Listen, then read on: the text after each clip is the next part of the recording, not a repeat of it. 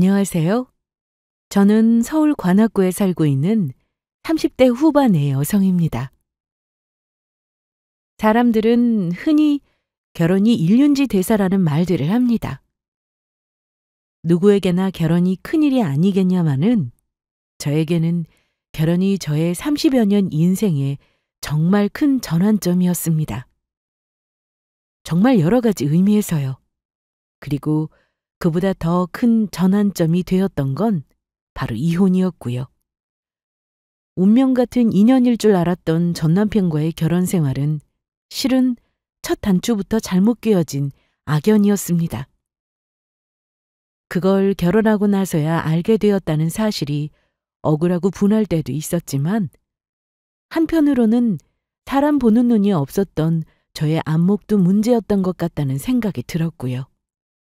그렇게 1년의 연애와 그리고 딱 2년을 채운 결혼 생활을 끝내며 제가 가장 먼저 들었던 생각은 다름 아닌 통쾌함이었습니다. 그동안은 마치 내 몸에 맞지 않은 옷을 입고 나와 어울리지 않은 생활을 해야 했던 것만 같았거든요. 그동안 전 남편을 만나며 내내 느꼈던 그 모든 불편함과 괴로움에서 드디어 벗어나게 되었다는 해방감이 더 컸습니다.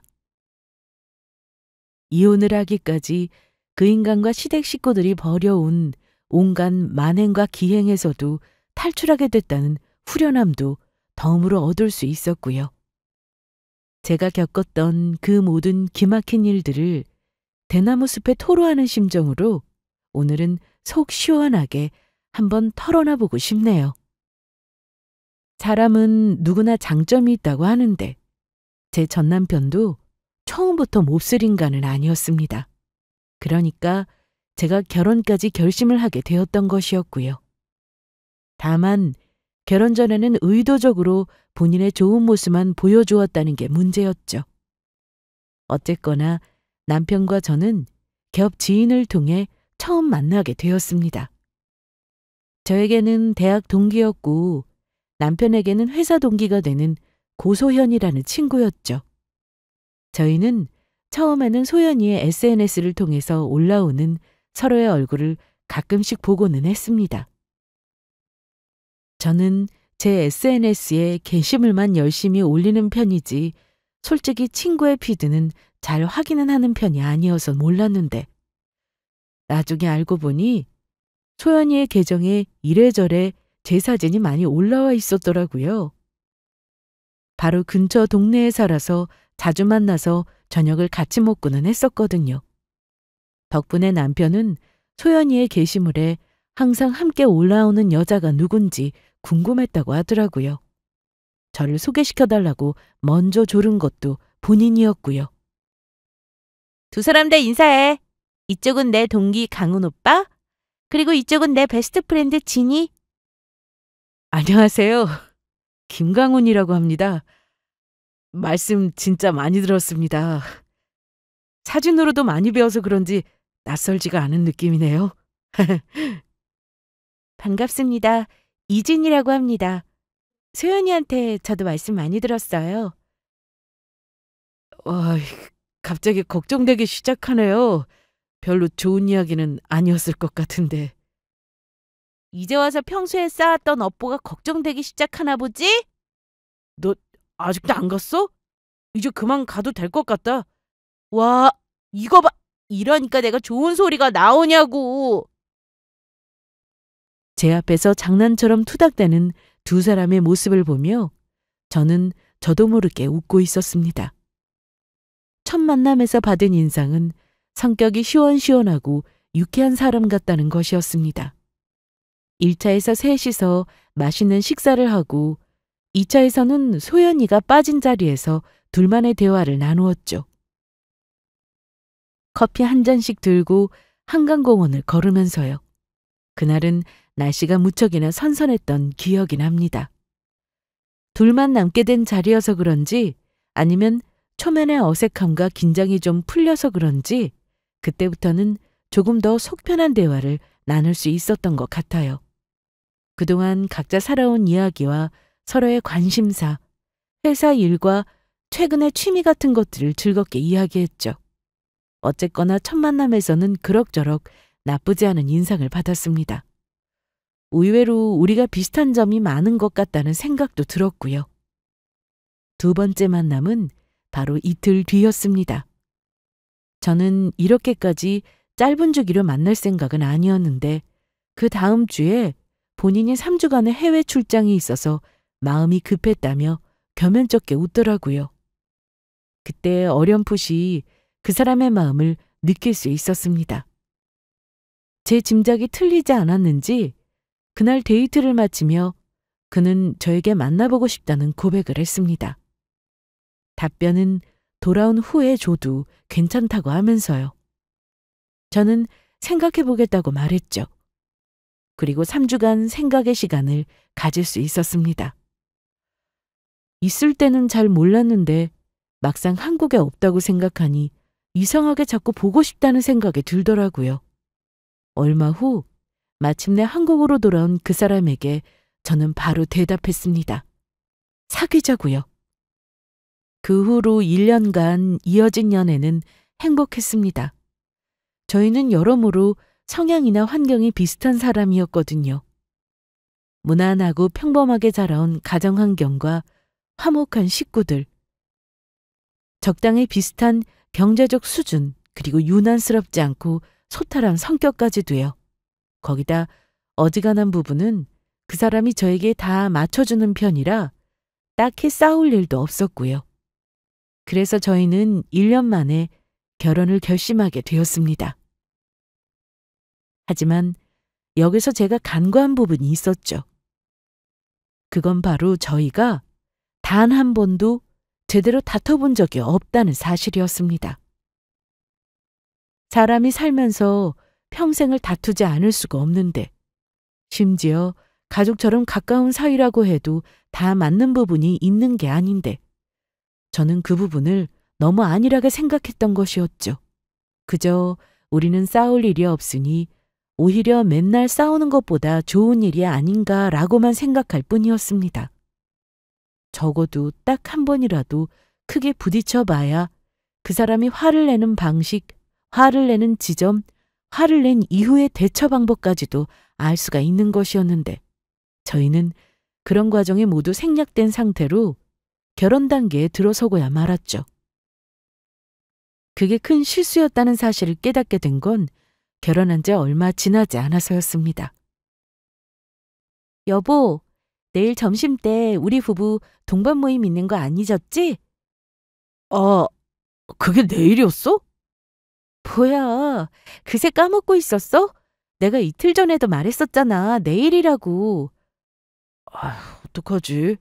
나 친구들이랑 내일 현수네 돌잔치 가기로 했는데. 뭐? 그리고 나한테는 그런 말 없었잖아. 아니, 나는 당신이 귀찮을까봐 그냥 혼자 잠깐 다녀오려고 한 거지. 친구들도 다들 와이프 없이 혼자 간다고 하고 그래서 오늘 말하려고 했었어. 그래서 부부 동반 모임은 못 간다는 거야, 지금? 간 김에 친구놈들도 다 같이 보기로 해서. 진짜 미안해. 어쩌지? 이번만 당신 혼자 가면 안 될까? 제가 어디를 가자고 하면 대부분은 이런 식이었습니다. 사실 결혼한 이후로는 벌써 이런 일이 한두 번이 아니었죠. 이번에도 설마 싶은 마음에 벌써 2번을 상기시켜 주었던 약속이었는데 또 이런 반응일 줄은 저도 몰랐고요. 솔직히 말해서 이쯤 되니 아무리 눈치가 없는 사람이라도 깨닫지 않을 수가 없었습니다. 남편은 제가 가자고 하는 곳에 가고 싶어 하지 않는다는 사실을요. 결혼한 이후로는 자의로든 타의로든 부부 동반 모임이 많을 수밖에 없었는데 그때마다 남편은 진저리를 치며 거부 반응을 보였습니다. 이유야 뻔했습니다. 귀찮다는 것이었어요. 원래 남편은 집돌이 성향이라 사람이 많은 곳을 싫어하는 성격이었거든요. 저도 몰랐던 사실은 아니었지만 그래도 부부로서 해야 하는 어느 정도의 사회생활은 해줄 거라고 생각했었죠. 다 저의 착각이었지만요. 본인이 저렇게 싫다고 하는 걸 제가 억지로 끌고 갈 수도 없는 노릇이었고, 그것 때문에 번번이 약속을 해두었던 저의 인간관계가 박살이 나는 것은 그렇다고 넘어갈 수도 있었습니다. 하지만 제가 이해할 수 없는 건 그 다음 남편의 태도였어요. 여보, 다음 주 금요일에 우리 회사 연말 파티인 거 알지? 부부 동반 행사니까 그날은 꼭 시간 비워놔? 다음 주 금요일이라고? 미안한데 나 그날 시간 안 돼. 프로젝트에 문제가 생겨서 요즘 회사 일이 너무 많아. 나도 알지. 근데 딱 하루만 시간 좀 비워줘. 많이도 아니고 몇 시간이잖아, 어? 유치하게 이전의 일로 남편에게 복수하려는 게 아니라 제 말은 사실이었습니다. 저는 모 대기업에서 개발자로 일하고 있었는데 당시에 회사에서 추진하는 새해 프로모션 시작을 앞두고 예상하지 못했던 이슈가 생긴 상태였습니다. 당연히 모든 부서의 개발자들이 그 이슈를 해결하기 위해 전부 비상이 걸렸고요. 때문에 저 역시 벌써 2주일이 넘도록 야근을 하고 있던 상태였습니다. 심지어 황금 같은 주말도 반납해가면서 재택으로라도 근무를 하고 있었고요. 그걸 뻔히 하는 사람이 저런 소리를 하고 있으니 저는 어이가 없더라고요. 나 몇 시간이 아니라 1시간이라도 안 돼. 나 그날도 야근해야 한다고. 부서장님까지 남아서 야근하고 있는데 거기서 내가 어떻게 빠진다고 해? 아니, 그 회사는 뭐 당신 없으면 일이 진행이 안 된대? 어떻게 잠깐 쉬는 날도 없이 일을 시켜? 그것도 연말에. 왜 이렇게 워라밸이 극악이야?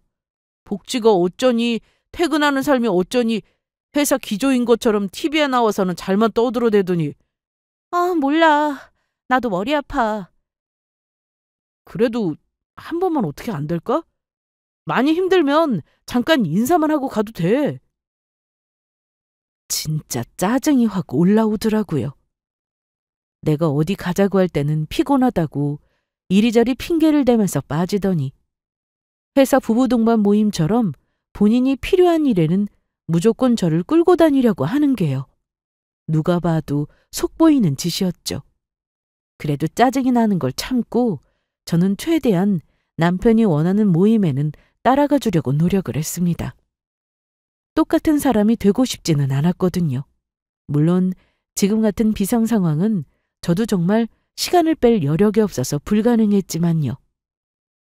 연애를 할 때만 해도 제가 가자고 하는 곳은 다 따라 나서던 남자였는데 그때 그 남자는 온데간데 없었습니다. 연애를 할 때 아닌 척 연기를 했던 건지 아니면 결혼 후에 성격이 변한 건지 이제는 저도 정말 궁금해질 지경이더라고요. 거기다 남편이 이기적으로 구는 것만이 문제가 아니었습니다. 부부가 제일 많이 싸우는 게 바로 경제적인 문제 때문이라고 하잖아요. 저희는 이 부분에서도 서로 부딪히고 있었습니다. 솔직히 말해서 결혼을 할 때까지만 해도 저는 적어도 이 문제만큼은 아무런 이견이 없을 거라고 믿었습니다. 남편은 대기업 영업부서에서 과장으로 일을 하고 있었어요. 영업부서 특성상 성과급 차이가 있기는 하지만 나름 연봉은 괜찮게 받은 편이었죠. 누구 하나가 크게 기울지 않게 저도 남편도 모두 돈은 잘 벌고 있었으니 적어도 이것 때문에 싸울 일은 없다고 생각했어요. 저희는 소비관념도 비슷했습니다.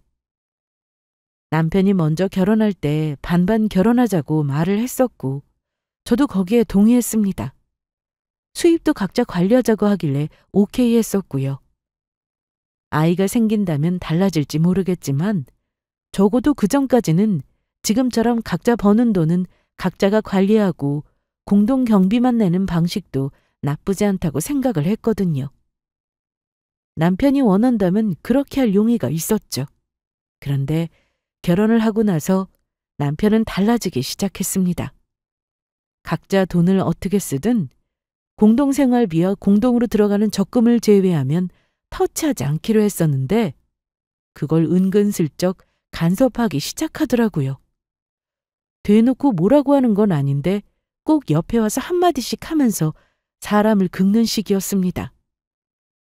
헤드셋을 또 사게? 전에 쓰던 거 아직 멀쩡하잖아. 멀쩡하기는 왼쪽 귀 부분 이어패드 가죽이 다 떨어져서 가루가 날릴 지경인데 지금. 그리고 블루투스 연결도 자꾸 됐다 안 됐다 해. 아무래도 고장인 것 같아. 그래? 그럼 이어패드만 교체하고 기기는 고쳐서 쓰는 건 어때? 그거 교체하고 고치는 비용이 새로 사는 것보다 더 들든지 비슷하게 들어. 그럴 거면 그냥 새 것 하나 사는 게 낫지. 벌써 몇 년이나 쓴 거라서 바꿀 때도 됐어. 근데 또 이 브랜드로 사게? 지금처럼 몇 년 쓰지도 못하는데 주기적으로 새로 사기에는 너무 비싸지 않아? 요즘 찾아보니까 중국 브랜드 중에 가성비 좋은 모델도 많던데 내가 하나 추천해 줄까? 남편의 말을 듣자마자 제 입에서는 한숨이 터져 나왔습니다. 남편과 결혼한 후에 제가 많이 들었던 단어는 바로 저놈의 가성비였습니다. 아주 귀에 딱지가 앉을 지경이었죠. 제가 뭘 사려고 검색을 하고 있을 때마다 옆에 와서는 그게 꼭 필요하냐, 쓸데없는 소비인 것 같다, 새로 사려는 게 너무 비싼 거 아니냐 등등의 잔소리를 해대고는 했거든요.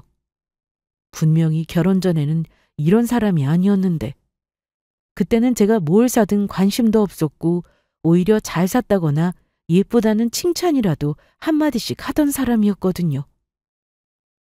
그런데 결혼을 했다고 한순간에 사람이 이렇게 달라지니 저로서는 당혹스러울 지경이었습니다. 원래 저는 두 사람의 결합에 있어서 경제관념이나 소비 패턴도 중요한 문제라고 생각을 해왔었으니까요. 진작에 이런 사람일 줄 알았더라면 정말 진지하게 결혼을 고민해 봤을 거예요. 거기에다 그동안은 몰랐었던 심각한 위생관념이나 생활 패턴도 저를 힘들게 하기는 마찬가지였습니다. 저는 제가 깔끔을 떤다는 생각을 단 한 번도 하고 산 적이 없었는데 남편이 그러더라고요. 너무 사람을 피곤하게 한다고요. 깜짝 놀라 이유를 들어보니 구구절절 기가 막혔습니다. 외출복을 입고 침대에 눕지 마라. 양말은 뒤집어서 빨래통에 넣지 마라. 외출하고 왔으면 자기 전에라도 꼭 양치하고 샤워해라. 음식은 통째로 집어들고 먹지 말고 다른 용기에 덜어서 먹고 음료 페트병에 입 대고 마시지 마라. 쓰고 난 휴지도 좀 쓰레기통에 바로바로 넣어라. 이게 저의 요구사항이었습니다. 그런데 이런 말들이 자신을 너무 압박했다고 하더라고요. 피곤할 정도로 스트레스를 받는다고요. 아니, 도대체 저건 사람이라면 기본적으로 지켜야 할 위생관념 아닌가요? 혼자 산다면 어떻게 살든 본인 마음이겠지만 부부가 함께 사는데 서로 맞춰가야 하는 부분이 아니냐고요. 심지어 제가 잔소리를 한다고 해서 바뀐 부분이라도 있었으면 말이나 하지 않았을 것 같네요. 제가 아무리 말을 해도 속이에 경일기였거든요. 남편은 여전히 외출복을 입고 침대에 눕고 피곤하다며 씻지도 않고 눕는 경우도 허다했습니다. 예전에는 전혀 모르고 있던 모습이었어요. 연애할 때는 저도 남편도 모두 본가에 살고 있었던 터라 서로 집에서 어떻게 사는지를 볼 겨를이 없었거든요. 이기적이고 게으르고 더럽고 돈 문제로 쪼잔하게 굴고 결혼 전에는 그렇게 잘 맞는 것 같던 사람이 결혼 후에는 이렇게 변해버리니까 정말 사람이 돌아버리겠더라고요. 특별히 싸움을 하거나 남편이 문제를 일으키는 것은 아니었지만 성격부터 시작해서 생활 패턴까지 대부분의 것들이 너무 안 맞는다는 생각이 들기 시작했습니다. 하지만 또 이런 것들도 이혼하기에는 조금 사소한 이유 같았죠. 고민 끝에 결혼을 한 제 주변 지인들에게 물어보니 남들도 다들 그러고 산다더라고요. 정도의 차이만 있을 뿐이지 어차피 다 거기서 거기라는 명언을 남기면서요. 정말 그런 걸까? 이 정도는 다들 감수하고 사는 걸까? 이런 질문들이 제 머릿속을 떠나지 않고 있었지만 어디서부터 어떻게 이 문제를 풀어나가야 할지 모르겠더라고요. 심지어 저희는 2세 계획으로도 다투기 시작했습니다. 모처럼 여유롭게 쉬고 있던 어느 주말, 우리 부부는 집 근처 영화관에 가서 영화를 보고는 마트에서 장을 보고 돌아오던 길이었습니다. 주말이라서 마트에 사람이 엄청 많았죠. 특히 저희가 살고 있는 아파트 주변에는 신혼부부나 결혼한 지 몇 년 되지 않는 부부들이 많이 살고 있었습니다. 당연히 마트에 어린 아이들의 손을 잡고 오거나 아기들을 태운 유모차를 끌고 온 부부들이 많이 보일 수밖에 없었죠. 그런데 뜬금없이 남편이 저에게 그런 말을 하더라고요. 아까 우리 옆에 있던 아기 너무 귀엽지 않았어? 어? 무슨 아기 말하는 거야? 왜 우리 시리얼 살 때 옆에 유모차에서 자고 있던 아기 말이야.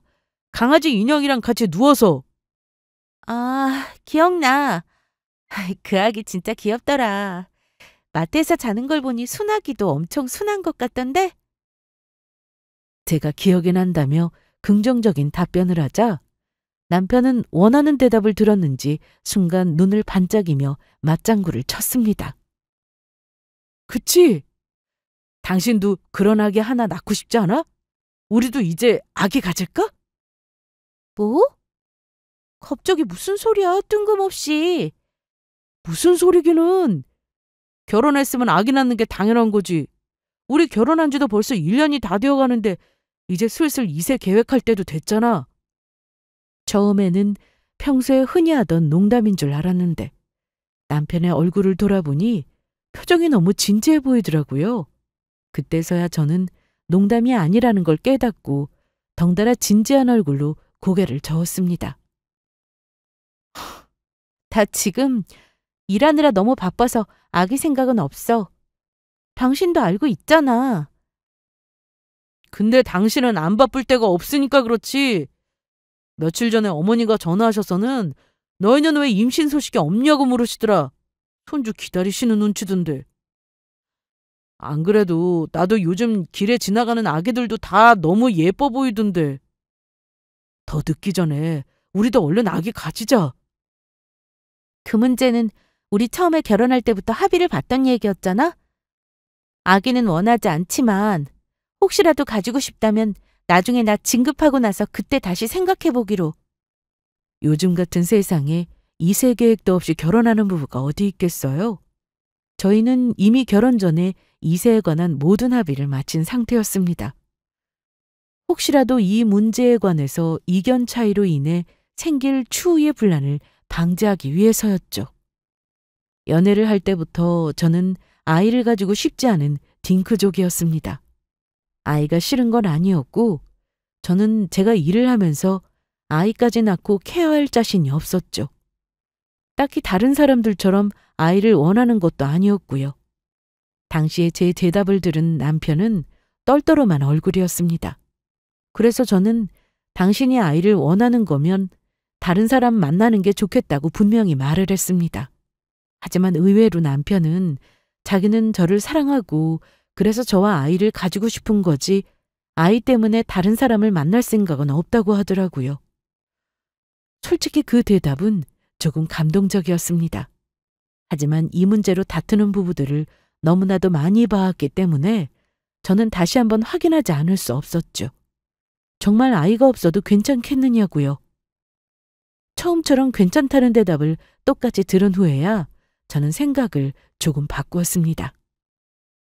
결혼하고 아마 2년쯤 후면 제가 진급을 할 수 있을 것 같고 그때도 여전히 당신이 아이를 가지고 싶다는 생각이 있다면 그때 다시 의논을 해보자고요. 남편이 저를 위해 한 발 양보했으니 저도 남편을 위해 한 발 양보한 셈이었습니다. 그렇게 이 문제는 정리되었어요. 아니, 그런 줄로만 알고 있었죠. 그런데 이제 와서 남편이 2세 이야기를 꺼낼 줄은 저도 몰랐습니다. 사람 일이 어떻게 딱딱 계획대로만 돼. 그리고 미리 합의했다고 하더라도 살아가면서 서로가 같이 융통성 있게 조율도 하고 맞춰가는 거지. 그건 간단한 문제에서나 그렇지. 당신은 그저 아기 낳자고만 하면 끝날 일이지만 임신도 출산도 그리고 아기 낳고 나서 휴직해서 커리어에 문제 생기는 것도 전부 내가 감당해야 할 일이야. 적어도 이 문제만큼은 내 의견을 당신이 존중해줘야 하는 거 아니야? 뭐? 어떻게 결혼한 여자가 아기 낳는 문제를 그렇게 계산적으로만 생각해? 손주 기다리는 시어머니 생각은 안 해? 당신 뜻대로만 할 거면 결혼은 왜 한 건데? 왜 이렇게 이기적이야? 지금 나한테 이기적이라고 한 거야? 진짜 기가 막힌다. 분명히 내가 이세 계획은 몇 번을 물었었지? 이런 일이 생길까봐 그랬던 거라고. 그 후로 저희 부부는 한동안 냉전 상태를 겪어야만 했습니다. 다른 건 다 이해하고 넘어간다 쳐도 이 문제만큼은 저도 절대 양보할 수가 없었어요. 심지어 시어머니를 방패막이로 내세워서 시댁에서 손주를 기다린다는 식의 핑계는 도저히 납득이 가지 않는 것이었습니다. 물론 시댁에서도 아이를 기다리는 건 사실이었죠. 하지만 저희가 아이 계획이 거의 없다는 사실은 결혼 전부터 시댁에도 알린 상태라 새삼스럽게 이제와 이러실 리가 없는 문제였습니다. 엎친 데 덮친 격으로 몇 달이 지나 회사에서는 진급 시즌이 되었습니다. 그런데 이게 웬일인지 제가 진급에 밀렸더라고요. 분명히 다음 진급 대상자는 저라고 저뿐만 아니라 팀장도 넌지시 저에게 흘릴 정도였거든요. 믿을 수가 없었죠. 부서 내 고과 최우수자는 저였으니까요. 저는 바로 팀장님을 찾아가 면담을 청했습니다. 팀장님, 어떻게 된 건가요? 분명히 저번에 제가 진급할 거라고 말씀하셨잖아요. 미안해. 진희 씨가 고가도 제일 좋고 나도 그렇게 들었었는데 위에서 반대가 좀 있었어. 진희 씨는 결혼도 했으니 곧 임신해서 휴직도 할 거 아니냐고. 저 대신 진급한 동기도 기혼인데요. 그러게 말이야. 안타깝지만 윗분들 결정이 그런 걸 어쩌겠어? 술 한잔하고 털어내. 오늘 내가 살 테니까. 아닙니다. 저 오늘은 먼저 돌아가 볼게요. 저는 충격에 할 말을 잃었습니다. 어차피 큰 기대를 하고 찾아갔던 것도 아니었지만요. 자리에 돌아오니 팀원들이 제 눈치를 보며 조용히 위로의 말을 건네주더라고요. 하지만 전혀 위로가 되지 않았습니다. 그동안 이렇게 몸바쳐 일한 헌신의 대가가 겨우 이것이었는지 팀장님이 장담하는데 다음 진급은 분명히 제가 될 거라고 말했지만 그것도 사실 누가 알겠어요? 실력으로 밀렸다면 이해나 하겠지만 유부녀의 임신을 할 거라는 이유로 밀렸다는 사실은 제가 도저히 받아들일 수가 없었습니다. 집으로 돌아와 소주를 마시며 저는 친구에게 이 사실을 털어놓았습니다. 제 통화 소리를 들었는지 최근에는 말 한 번 먼저 거는 적이 없던 남편이 고개를 빼꼼 내밀더라고요. 진급 밀렸냐고 하면서요. 말없이 고개만 끄덕이는 제 얼굴에 그래도 어설프게 위로를 한답시고 한마디 건네더라고요. 어차피 이렇게 된 거 마음 편하게 생각하고 회사는 좀 쉬엄쉬엄 다녀. 이 타이밍에 이런 얘기는 좀 그렇긴 한데 이것도 좀 돌아가라는 하늘의 뜻 아닐까? 무슨 말이야? 기왕 이렇게 된 거 아예 먼저 낳고 진급하는 것도 괜찮잖아. 지금 이 상황에 그게 나한테 할 소리야? 찰떡같이 제 마음을 알아주는 건 바라지도 않았습니다. 그런데 적어도 오늘 같은 날에 저런 말은 하면 안 되는 거 아닌가요? 저는 마시던 술이 홀딱 깨는 것 같은 기분이 들었습니다. 찬물이라도 맞은 것처럼요. 아니 그냥 그런 방법도 있다고 한번 해본 소리야. 다른 데 집중할 거리가 있으면 조금 덜 속상할 거 아니야. 그딴 소리 할 거면 차라리 아무 말도 하지 마. 저딴 걸 위로라고 하는지. 남편은 순간 머리 끝까지 화가 솟구친 제 얼굴을 보고는 찔끔 놀라는 말을 얼버무리며 방으로 들어갔습니다. 저는 다음날 연차를 신청하고 이틀간 혼자 여행을 떠났습니다. 잠시 머리를 식히고 싶어서였고 생각을 정리할 시간도 필요했거든요. 그리고 그 여행을 다녀온 뒤에 저는 회사에서 사직서를 제출했습니다. 솔직히 홧김에 회사를 관둔 면도 없잖아 있었지만 사실 그동안 내내 하고 싶었던 일이 따로 있었거든요. 저만의 사업을 시작하는 일이었어요. 그동안 회사를 다니며 틈나는 대로 시장 트렌드와 아이템도 연구를 했고 자료도 열심히 모아왔었죠. 제가 기획하고 있던 것은 1인 가구를 위한 각종 구독 서비스 어플이었습니다. 취미 클래스 구독부터 시작해서 밀키트, 비건 디저트, 건강주스 구독 같은 먹거리 구독 서비스도 있었죠. 여기서 차츰 확장해 나갈, 추가해 나갈 아이템들도 무궁무진했습니다. 홍보만 제대로 된다면 정말 잘 될 자신이 있었어요. 정말 회사를 관뒀다고? 농담이지? 농담 아니야. 내가 관두겠다고 미리 말했었잖아. 나는 그냥 해보는 말인 줄 알았지. 그걸 왜 당신 혼자서 결정해? 저는 우선 집에 돌아와 남편에게 회사를 관두었다는 사실을 알렸습니다. 그리고 집에서는 한바탕 난리가 났고요.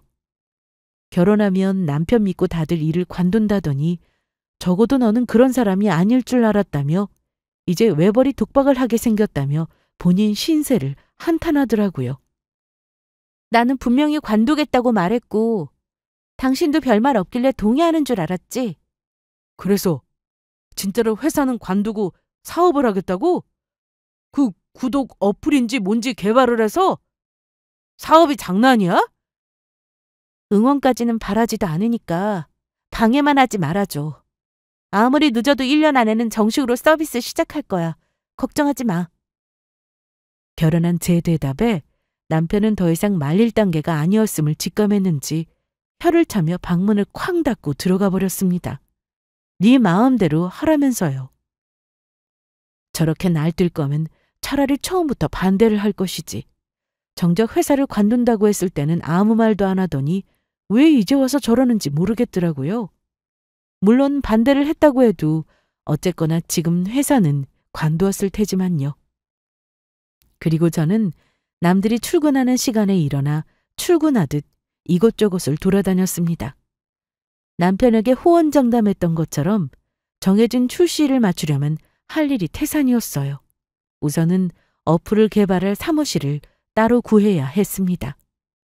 제 사업을 함께 시작할 다른 개발자 동료들은 이미 구했거든요.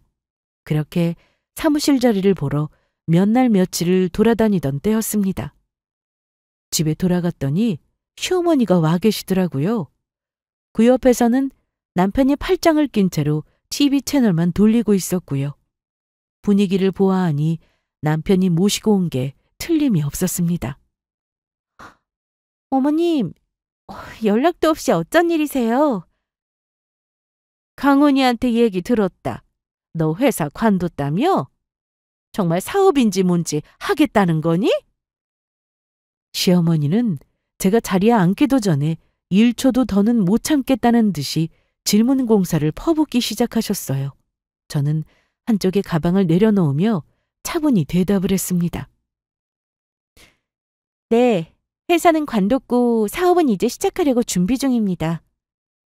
예, 사업이 장난이니? 지금까지 회사만 다녀본 애가 무슨 사업을 한다는 거야? 그거 돈은 돈대로 들이고 말아먹으면 사람이 빚더미 않는 건 한순간이다. 잘할 자신 있고 열심히 준비하고 있으니까 너무 걱정하지 마세요, 어머님. 얘가 말이 안 통하네. 그래, 당신 사업은 무슨 돈으로 할 건데? 사무실 구하는 것만 해도 이미 당신이 모은 돈은 다 쓴 거 아니야? 그때까지 이 광경을 보고만 있던 남편이 그제야 끼어들어 한마디 덧붙였습니다. 오늘 아침 마음에 든 사무실을 발견해서 가계약금을 넣어두고 온 상태였거든요. 남편도 이 사실을 알고 있었고요. 내일 잔금을 치르고 입주할 예정이었습니다. 아마 잔금을 치르려면 퇴직금과 함께 그동안 모아두었던 월급을 털어야 할 게 뻔했죠. 컴퓨터와 책상 같은 장비와 비품들도 구해야 했으니까요. 당신한테 도와달라는 소리 안 할 테니까 걱정하지 마. 그래, 끝까지 마음대로 하겠다 그거지? 알아서 해. 대신 내 돈 쓰기만 해봐. 시어머니까지 대동한 그날의 대화는 결국 그렇게 끝났습니다. 본인 돈을 한 푼이라도 쓰지 말라는 경고와 함께요. 그 뒤로도 시어머니는 미련을 버리지 못하신 듯 하루에도 몇 차례씩 문자 폭탄을 날리시고는 했지만요. 대부분의 내용은 이제라도 생각을 고쳐먹어라. 너 내 아들 돈 쓸 생각하지 마라. 네 입으로 한 약속이니 꼭 지켜라 등등이었죠. 시어머니의 문자는 대충 무시하고 저는 하던 일을 계속했습니다. 그 상태로 5개월쯤 지나자 어플 개발도 슬슬 윤곽을 드러내고 있었습니다. 회사를 다닐 때는 매달 따박따박 나오는 월급의 안정성을 실감할 길이 없었는데 내 사업을 시작한다는 건 정말 쉽지 않은 일이더라고요. 월급도 나오지 않은 상태에서 내가 지금 일을 하는데 내 밥줄이 달려있다고 생각하니 놀거나 쉬고 싶은 기분이 들지 않았습니다. 계속 조급하게 시간에 쫓기는 기분이었죠. 지금은 아이디어 회의를 모두 끝내고 개발을 통해 기능을 구현시키는데 모두가 매달려 있는 상황이었습니다. 저뿐만 아니라 동료들도 잘 다니고 있던 회사를 관두고 나와서 이러고 있으니 서로 절박한 심정인 것은 말할 것도 없었고요. 저는 밤낮 없이 사무실에서 일하며 하루하루 계획한 목표를 이뤄가고 있었습니다. 비록 몸은 힘들었지만 제가 하고 싶었던 일을 한다는 생각에 마음은 힘들지 않았어요. 정작 제 마음을 힘들게 하는 건 다른 문제였거든요. 일은 잘 되고 있어? 아직 개발 단계지 뭐. 가만 보면 당신은 진짜 속 편한 사람이야. 남편 덕에 그 나이에 백수가 되는데도 여기 앉아서 이렇게 편하게 커피 마실 여유도 있잖아. 간혹 주말에 함께 집 앞 카페에 나와 커피 한 잔 마시는데도 본인 카드를 썼다며 오만 생색을 다 내는 남편이었어요. 네, 겨우 5,000원짜리 아이스 아메리카노 한 잔에요. 제가 백수가 됐으니 약속했던 1년의 기한 동안은 남편이 생활비를 전적으로 부담하기로 했거든요. 그것 때문에 지금 저런 소리를 하는 것이었습니다. 더럽고 치사해서 커피고 뭐고 아무것도 얻어마시고 싶지가 않더라고요. 아니, 우선 그 전에 부부 사이에 서로 커피 한 잔을 가지고 이렇게 생색을 낸다는 것도 이해할 수가 없는 일이었죠. 당신 공동적금 통장이랑 카드 나한테 줘. 갑자기 그건 왜 달라는 거야? 어차피 당신은 지금 적금 넣지도 않고 있잖아. 그리고 내가 갖고 있어야지 안심이 되겠어. 혹시라도 당신이 사업한답시고 그 안에 있는 돈까지 홀랑 빼다 쓰면 어떡해? 기가 막힌다 진짜. 지금 날 못 믿어서 그걸 가져가겠다고? 아무리 부부 사이라도 지킬 건 지켜야지. 견물생심이라고 사람이 돈을 가지고 있으면 혹시 하는 마음이 생기는 거야. 저딴 소리를 아주 당당하게도 하더라고요. 그뿐만이 아니었습니다. 공동생활비 카드는 각자 하나씩 나눠 가지고 있었고 제가 장을 보는 경우가 대부분이었기에 본인이 제 카드마저 달라고 할 수는 없었습니다. 하지만 남편은 생활비 지출 항목마다 일일이 이유를 물어가며 피곤하게 따지기 시작했습니다. 매일같이 체크통장 잔액을 확인하는 건 예사였고요. 이건 뭐야? 뭘 샀는데 5만 원이나 나갔어? 그거 영수증에 있잖아. 총 금액만 있고 자세한 항목이 없으니까 하는 소리지. 남편은 제가 장을 보고 돌아온 날이면 제가 모아온 영수증들을 펼쳐놓고 형광펜으로 색까지 칠해가며 확인을 해댔습니다. 부엌에서 요리를 하고 있는 제 옆에서요. 저는 남편의 손에 들린 영수증을 가져가서 확인을 해보고는 한숨과 함께 대답했습니다. 양말 산 거야. 세탁세제랑 섬유 유연제도 샀고. 뭘 얼마나 비싼 걸 샀길래 이 돈이 나와?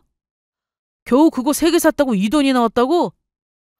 당신 요즘 물가가 얼마나 올랐는지 알기나 해? 세제 가격은 알고 나는 소리고? 그렇게 불만이면 앞으로 당신이 가서 사오든가. 그 즈음 저는 폭발하기 일보 직전이었습니다. 한 달, 2달, 점점 시간이 흐를수록 남편의 간섭은 더 심해져만 갔거든요. 뻔히 나가서 제가 일을 하는 걸 알면서도 집에서 놀고 먹는다며 무시하는 듯한 발언을 하기 일쑤였고요. 더 참을 수 없는 건 한마디를 해도 꽈배기처럼 비꼬는 저 말투였습니다. 조금만 참자 하며 가슴에 꾹꾹 억누르고 사는 것도 언젠가는 터져버릴 활화산처럼 슬슬 한계에 다다르고 있었어요. 하지만 남편은 그걸 모르는지 아니면 알면서도 일부러 그러는 건지 저를 긁는 재미에 맞들려 있었고요. 그리고 그날은 결국 사달이 나고야 말았죠. 세자 가격을 내가 왜 몰라? 인터넷에 검색만 하면 바로 나오는데. 그리고 장은 집에서 노는 당신이 봐야지. 일하느라 바쁜 내가 장까지 봐야겠어? 말을 왜 그렇게 해? 내가 집에서 지금 놀아? 그렇다고 당신이 돈 벌어오는 건 아니잖아. 당신이 지금 생활비를 내고 있어? 적금을 내고 있어? 내 돈으로 지금 밥 먹고 있잖아. 저는 그 말을 듣는 순간 더 이상 참을 수가 없었습니다. 너무 열이 받아서 눈앞이 노랗게 변할 지경이었거든요. 이제는 도저히 안 되겠다 싶더라고요. 제가 입을 다물자 흥미를 잃은 남편은 영수증을 아무렇게나 던져두고는 게임을 하러 방으로 들어가 버렸습니다. 저는 그 뒷모습을 보며 결심을 했습니다. 이렇게는 살 수가 없겠다고요. 차라리 혼자 살면 살았지 단 1분 1초도 더는 저 인간이 빈정거리는 소리를 들으며 살 자신이 없었습니다. 이튿날 저는 변호사를 찾아가 상담을 하고 이혼 서류를 작성했습니다. 그리고 저녁에 돌아온 남편에게 서류를 바로 내밀었어요. 평소처럼 장 봤으면 영수증을 내놓으라는 소리를 하려던 남편은 제가 내민 서류 봉투에 눈이 커졌습니다. 이혼? 지금 이혼하자는 거야? 눈 있으면 거기 있는 글자 보일 거 아냐. 우리 이혼해. 나 더는 이렇게는 못 살겠어. 내 도장은 찍었으니까 당신 도장만 찍으면 돼. 헐씨구, 이혼이 장난이야? 남편은 코웃음을 치며 서류를 옆으로 던지더라고요. 그러면서 아무렇지도 않게 TV를 들고 한 손으로는 신었던 양말을 벗으며 저에게 훈계하듯 말했습니다. 돈도 못 벌면서 싫은 소리 좀 들었다고 지금 시위하는 거냐고요. 싫은 소리도 듣기 싫고 편한 일만 하고 싶은 게 네 욕심 아니냐고 오히려 조롱까지 하면서요. 남편의 반응은 제가 익히 예상했던 그것이었습니다. 새삼스럽지도 않았죠. 오히려 돌이켜보면 왜 저런 인간이라는 걸 결혼 전에는 몰랐을까 싶은 의문이 들었습니다. 저는 식탁 위에 올려두었던 서류 한 장을 더 집어들어 남편의 발 앞에 던졌습니다. 뭐야 이건 또? 내가 돈을 못 벌더라도 당신한테 이런 말까지 듣고 살 이유는 없어. 이혼해. 협의이혼이 안 되면 소송으로 갈 거니까 이혼은 무조건 하게 되어 있어. 참, 나랑 이혼하면 뭐 먹고 살려고? 너 자신 있어? 도대체 뭔 배짱이야? 남편은 어이가 없다는 듯 비웃으며 서류를 집어들다 뭔가를 확인했는지 그제서야 눈이 커지기 시작했습니다. 그리고 한 손을 들어 몇 번이고 다시 숫자를 세기 시작하더라고요. 일십, 백, 천. 8억? 이거 뭐야? 이 돈 뭐냐고? 뭐긴 뭐야. 이혼하고도 잘 살 내 돈이지. 이렇게 어떻게 이 큰 돈이 있는데 지금까지 이걸 숨길 수가 있어? 아니 그러면서 나한테 돈 없다고 생활비를 뜯어갔다고? 저에게는 남편과 시어머니 두 사람이 모르는 뜻밖의 재산이 있었습니다. 친정 부모님이 주신 시드로 주식을 해서 대박난 돈이었거든요.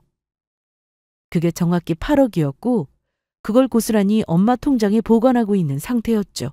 타락이 된 것조차도 결혼 전에 있었던 일이라 그 돈은 재산 분할의 대상도 되지 않았습니다. 솔직히 말은 똑바로 해야지. 당신이 반반 결혼하자고 해서 절반씩 정확히 반반 부담했고 내가 일 관두기 전까지도 1원도 빠짐없이 절반으로 계산해서 부담했어. 회사 관둔 뒤에 쓴 생활비랑 적금에 대해서 따지자면 이 집 구할 때 내가 미리 치렀었던 계약금 얘기도 해야 할 것 같은데. 그 돈은 나중에 당신이 절반 준다고 해놓고서 은근슬쩍 넘어갔었잖아. 이참에 이혼하면서 그것까지 정확하게 계산하자. 물론 당신이 더 부담해야겠네. 제 말에 남편은 길길이 날뛰기 시작했어요. 너 진짜 소름이 끼친다는 둥. 그동안 자기가 생계를 책임졌던 걸 생각하면 이 돈도 절반은 무조건 자기 거라는 둥 헛소리를 하더라고요. 사실 원래 저 돈을 숨길 생각은 없었습니다. 결혼한 뒤에 남편과 돈을 합치게 된다면 모두 투명하게 공개하고 함께 사용할 계획이었죠. 그런데 남편이 먼저 반반 결혼을 하고 각자 번 돈은 각자 관리를 하자고 말을 꺼낸 그 순간부터 이 돈은 남편에게는 비밀이 되었습니다. 경제권을 합치고 싶지 않다는 뜻을 명확히 전달받았거든요. 그렇다고 해서 제가 해야 할 몫을 하지 않은 것도 아니었어요. 결혼 준비에 든 돈과 이 집 전세금을 구할 때 든 돈을 정확히 절반, 2억 5천씩을 각자가 지출했거든요. 그 외에는 제 소관이 아니었죠. 다음 날 남편은 사색이던 얼굴로 돌아왔습니다.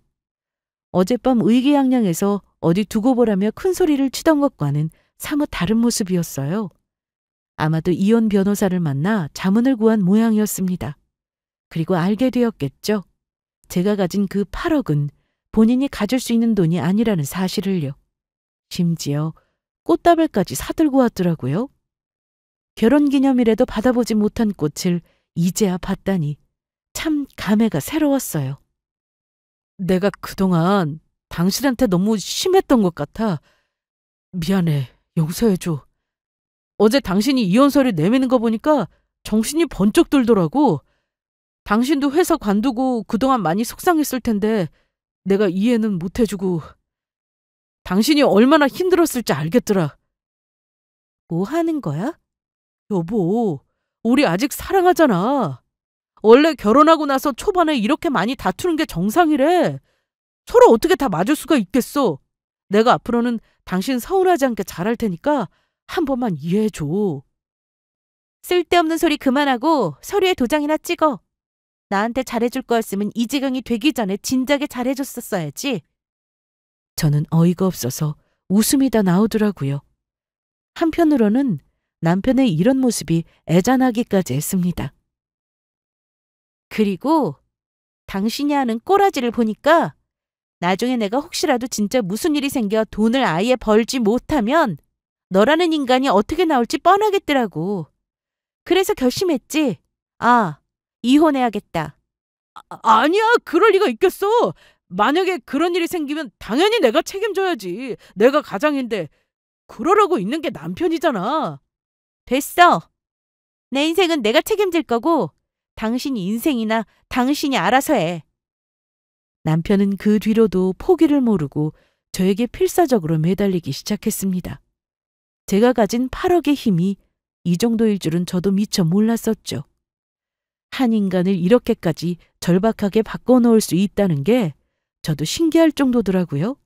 결국 저희는 협의가 되지 않았고 이혼 소송으로 들어갔습니다. 그 과정에서 그동안 저에게 했던 폭언들과 괴롭힘을 모두 증거 자료로 제출했고요. 더 이상 이 결혼을 지속할 수 없음을 인정받아 이혼할 수 있었습니다. 이혼하고 나서야 드디어 알겠더라고요. 그동안 제가 얼마나 어리석었는지를 말이에요. 이런 인간과 미래를 기대하고 어떻게든 상황이 나아질 거라며 붙들고 살 궁리를 했다는 게 기가 막혔죠. 그때는 이혼이라는 선택지를 왜 생각조차 하지 않았었는지. 결혼하고 인간이 바뀐 게 아니라 원래 저랬던 인간이 결혼 전에 본색을 숨기고 있었던 것뿐이라는 걸 이제 알게 된 것이었고요. 그리고 예정했던 1년 뒤 저와 팀원들은 계획대로 시장에 서비스를 출시할 수 있었습니다. 어플은 안정적으로 작동했고 원했던 대부분의 기능을 다 구현시킬 수 있었어요. 앱이 출시되었던 서비스 초반에 먼저 체험 쿠폰을 뿌렸었는데 그게 좋은 평가로 이어져서 초반 홍보에 큰 도움이 되었고요. 그리고 또 2년이 지난 지금 저희는 미국에서도 서비스를 출시하기 위해 준비 중에 있습니다. 가입자 수가 폭발적으로 늘어난 데다 구독 서비스에 입점하기를 원하는 판매자들도 많아졌고요. 모든 것이 다 순조롭게 진행되고 있었죠. 전화위복이라고 전 남편과 이혼하지 않았더라면 이 모든 일이 가능했을까 싶을 정도로 일이 잘 풀리고 있었습니다. 한편 저는 최근에 전 남편의 소식을 들을 수 있었어요. 사실 제 친구 소연이를 통해서 간간히 전해 듣고는 있었거든요. 전 남편은 회사에서 진급이 2번이나 밀렸다고 하더라고요. 그 충격에 요즘 술만 마시고 다닌다고 했고요. 제가 진급에 떨어졌을 때는 아마 그게 본인 일이 될 거라고는 생각지도 못했었겠죠? 지금쯤이면 그때의 제 심정에 대해서 한 번쯤 생각해보고 있을까요? 누구보다 남편의 위로가 필요했었던 그때의 제 마음을요. 여기까지 들어주셔서 감사합니다.